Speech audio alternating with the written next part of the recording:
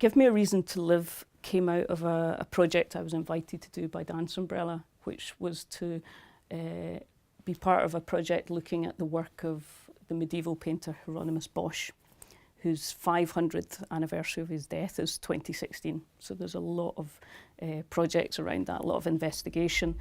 I had an opportunity to see a lot of his paintings in real life rather than just in books, and to learn a lot about the context of the time. The idea of empathy became quite an interesting topic for me when I was looking at the work of Bosch, and it found its way quite strongly into the work.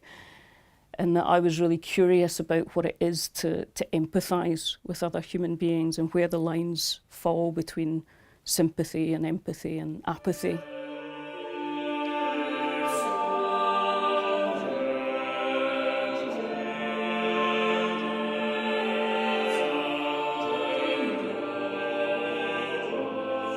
Give Me a Reason to Live was triggered by sketches of beggars, and they were all cripples. So the idea of begging and disabled people is begging in this constant tight wire act that you're running between needing to ask for support but also trying to be independent, is this sort of constant unstable ground that you're placed in quite a lot as a disabled person. The kind of exploration through movement that I do tends to be very much specific to trying to find the potential of my own physicality and my own physicality in relation to the crutches that I use, and what is the full potential of that.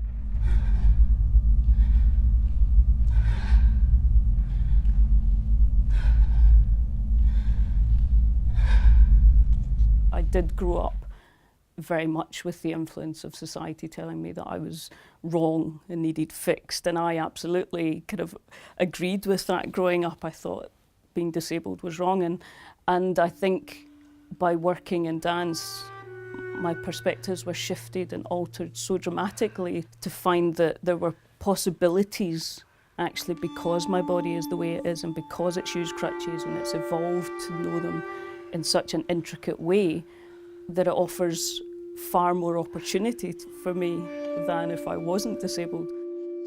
The research done in the National Gallery in London was extraordinary. I was really sceptical about it in advance. We were being given space to work in the galleries, 3 galleries alongside the Bosch painting, when the gallery was open to the public, because I was doing things that were kind of related to struggling and begging and things that were physically quite awkward looking, and people would kind of come up and, "Are you okay?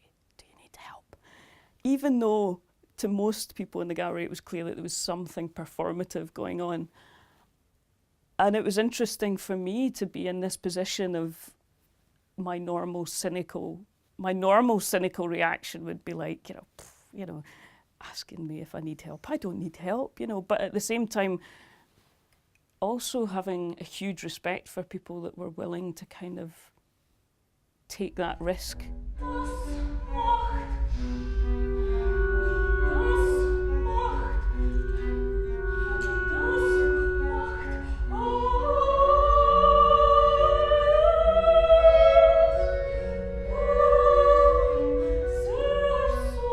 I think being based in Scotland creates a lot of possibilities for me, in the sense that I think it's perhaps been easier to thrive as an independent artist in Scotland.